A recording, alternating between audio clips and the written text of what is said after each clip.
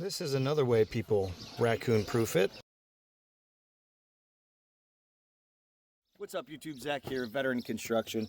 Today we're going to be showing you guys how to raccoon-proof this soffit area. Anybody who's in exterior construction knows this is the primary suspect for where raccoons and sometimes even squirrels, they get in right here. What happens is there's no backer on that soffit. A lot of times they'll just run their F-channel straight across. And that's an easy day for the raccoons to arch their little strong ass hunchbacks right through the soffit right there. They end up walking around in here and they'll find spots to get in. And if they can't find spots to get in, if it's all blocked off and it's plywood, in my area we've got a lot of this blackboard out here, they'll start trying to tear into that. So one of the last jobs I did, I'm very disappointed I didn't take any pictures of it.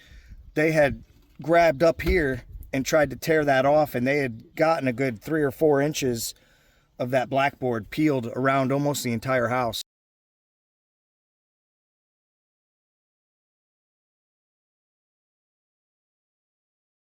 They pulled out the insulation and everything. That caused a bunch of freezing. There was frost inside the home of these people right at the corner of the drywall. So it's very important to raccoon-proof this. I'm going to show you how I do it today with using some plywood. So let's get straight to it. All right, you guys can see we ran our shingles all the way through. They went well underneath this fascia here. So first we need to just measure how long this is. Looks like we got about 24 inches to the outside of the fascia where I'm at. So that will give us 2 different numbers, one for our F-channel and one for a board that we're gonna add back there. All right, so I'm gonna show you the 2x4 first. We had 24 inches to the outside of the fascia, the number that I was reading. This needs to be shorter, and to tell you the truth, it doesn't need to be as close to this part of the fascia. You see right here, we don't have any tins on here. We've just ran our shingles real deep, okay? So we're gonna cut our fascia real tight to the roof. It's aluminum, it won't rot or rust or anything like that. So that'll prevent a lot of the water from getting under here. But just in case, I'm gonna take a couple inches off this so that water never reaches this board, right? So again, we had 24 inches. I'm just gonna make it 20. I don't think water's ever gonna get 4 inches under there with how tight we cut that fascia.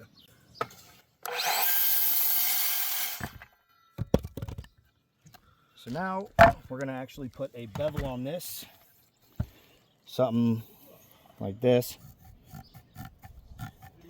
so that when we put it on, it's not at the angle of the roof. We're gonna straighten it up so it's more flat.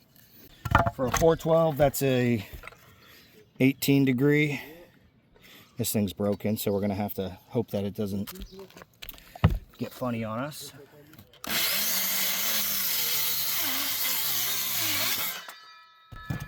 All right. So I really butchered that cut. Not sure if I'm gonna show it or not. The saw was dying out. But either way, now it's flatter. So when our F-channel comes through, it'll be a nice straight nailing. Oh, heads up, guys. Keep this roof clean so I'm not laying in a bunch of sawdust. Oh, I said heads up. My bad, bear up. Oh, it's all in his hair. Did you see that? Mm-hmm. All right, that's good for me. Bad for you. This isn't necessarily part of this whole situation with the building of the plywood. This is really just because this fascia is so high up off the ground, I can't nail my F-channel to it. F-channel is going to be touching the roof somewhere over here, and there's nowhere to nail it. So we're going to put this exactly where that F-channel dives into the roof and turns over at 90 degrees. We'll do that. We'll let the F-channel tell us exactly where that point is. All right, so 24 was exactly to the outside. We'll just do 23 3/4.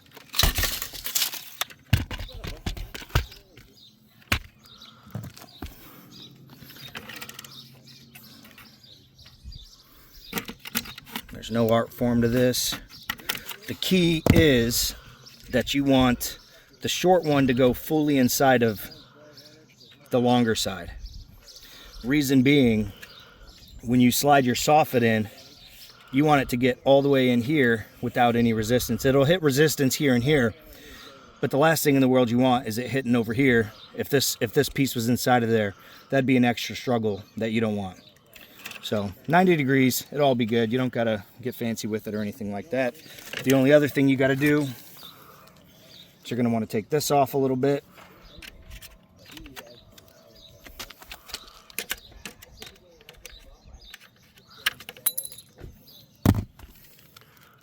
So your main goal is just to slide this until it touches that roof. You don't want to do anything extra. You don't want to push it up a bunch, push up a little, but you really just want it to touch that roof and call it good. And then what we're going to do is we're going to put a nail in it. If you got blackboard, you definitely want to find a stud.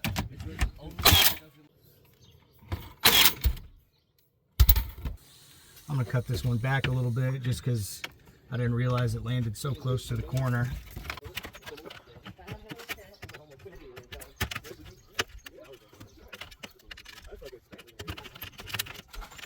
You can use anything you want for this, siding nails, trim nails. Sometimes I just staple them, but staples don't work real good in that blackboard. If it's all plywood, you can use your Soffit staple. Let's just keep that very still. Go all the way to the side. There we go. Now we got, I don't think water will ever touch that over there. Any water that gets under here, like I said, our fascia is going to be much tighter. So we're just going to put a couple nails in here.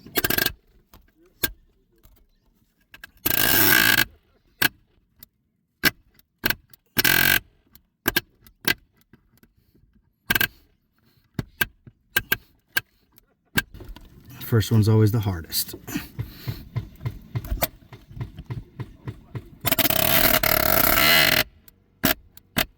And you see, that'll be pretty dang close to where we need it. You can always move it up or down. Like I said, none of this is going to get water anyway. So I'll put it like right there. So again, I'll lift it just a touch.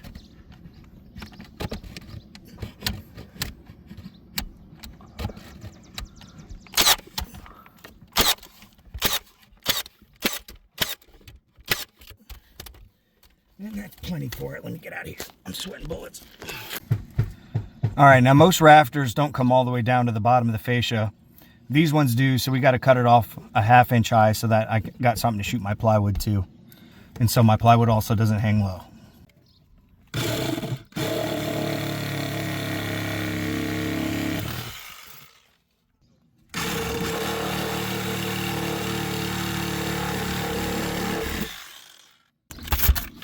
We'll do this third one as well.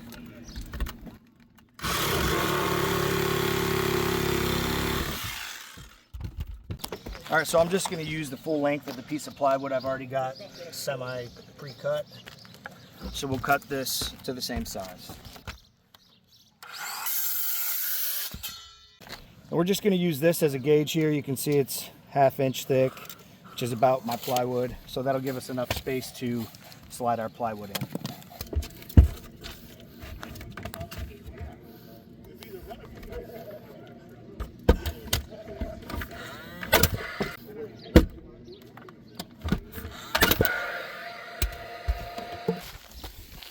So we need about 23 1/4 this whole way. I'll go 23 1/8, so we don't gotta fight it.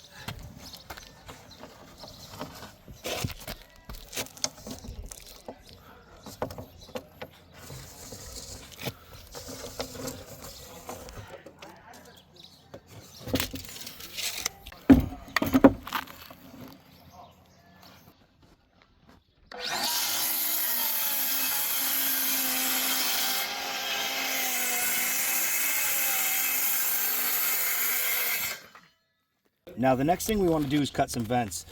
On the last one, I went like this. In my YouTube short, you can see that. I don't think a raccoon's popping through that and that, along with the strength of the aluminum. I'm going to do it a little different today. I'll probably just do a couple like this, much smaller ones. And we need to cut these holes to allow for ventilation. Since this don't want to stay on the roof, it's a slide. But that should do us.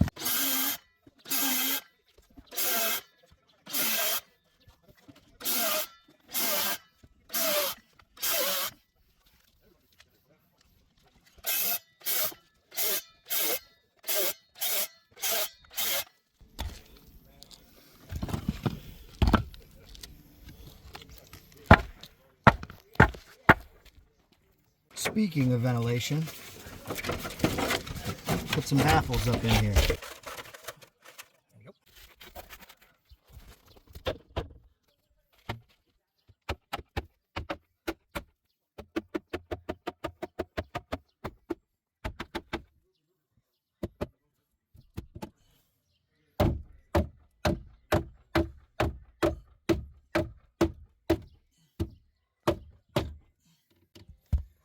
I think that's all the way maxed. It's resting on the F channel back there.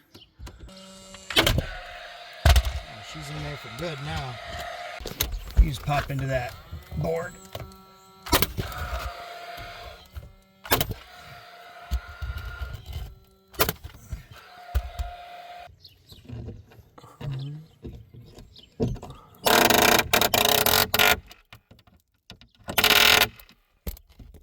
Got it, but I would like another one in there.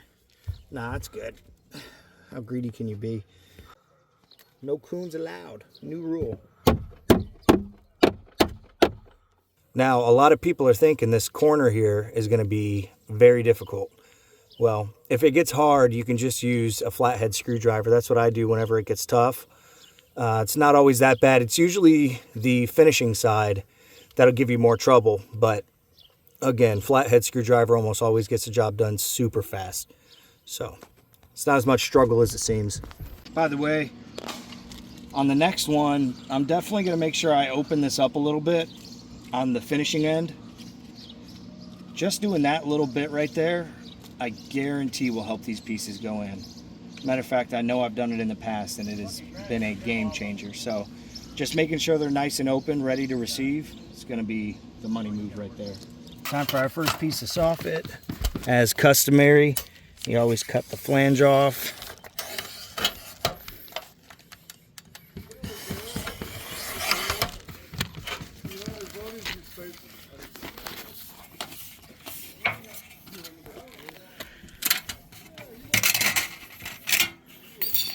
She should slide right in. So I'm sliding in the channel from out here and keeping it straight along that all the way until it touches. And then you got to get in there and you got to do some finagling and tap it around.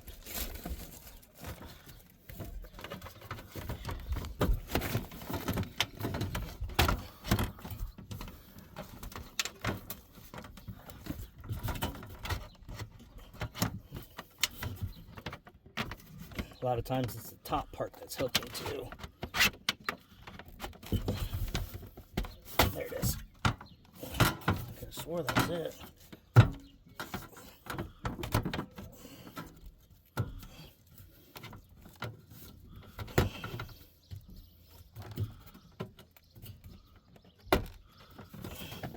There it goes. That's in.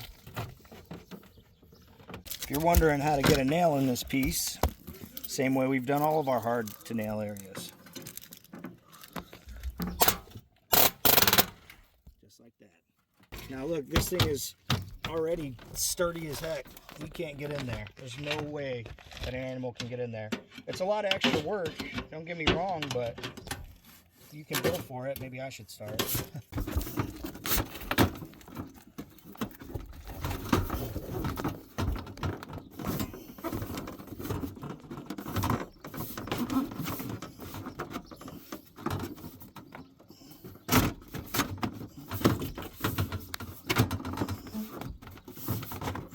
There she goes. Just got to work her from the start.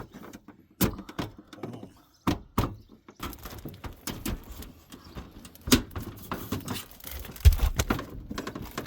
I'm cheating this one just a smidgen to help with being square.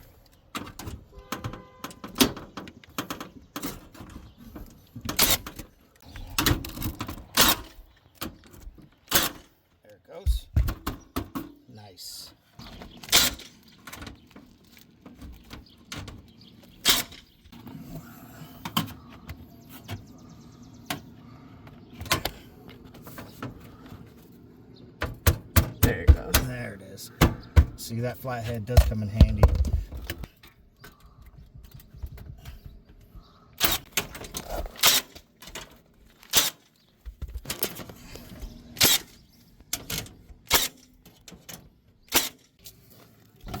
All right, real easy way to find this angle.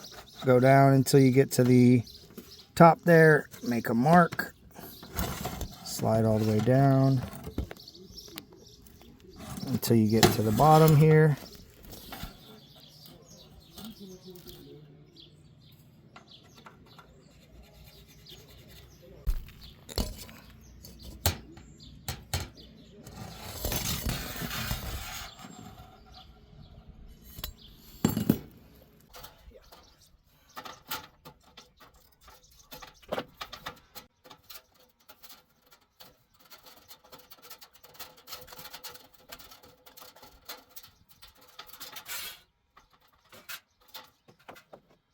Here's how the other one turned out.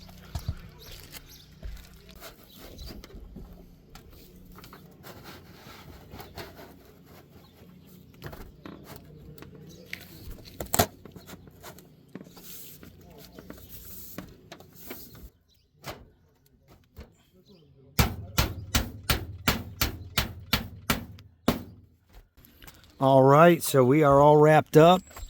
That is nice and solid under there. No coon territory. Everything's rock solid. Angles cut nice and tight. There's no high volume of water that's getting in there, especially with our kick out. Water will always drip down this line. And there will be a gutter on here too. So one thing I usually do is I'll add a little bit of caulking up under the kick out here. And you can run it down this if you want. I'm not yet sure if I'm gonna. Not a big fan of it. My shingles are way back under there, so I'm not really sweating it. But yeah, caulk up here under the kick out is nice, as well as in here. You know, gives any animals less of something to rip on if they're trying to tear into it. So, all right guys, thanks for watching. Don't forget to like and subscribe.